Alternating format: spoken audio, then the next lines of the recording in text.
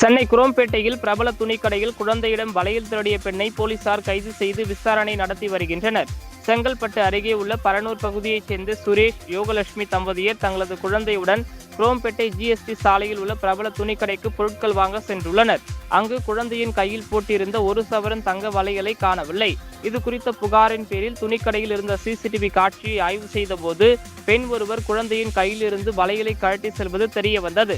அந்த பெண் குறித்து விசாரணை நடத்திய போலீசார் வளையலை திருடிய திருப்போரூர் அருகே உள்ள இல்லலூர் பகுதியைச் சேர்ந்த 36 வயதான சித்ராவை கைது செய்து விசாரணை நடத்தி வருகின்றனர்.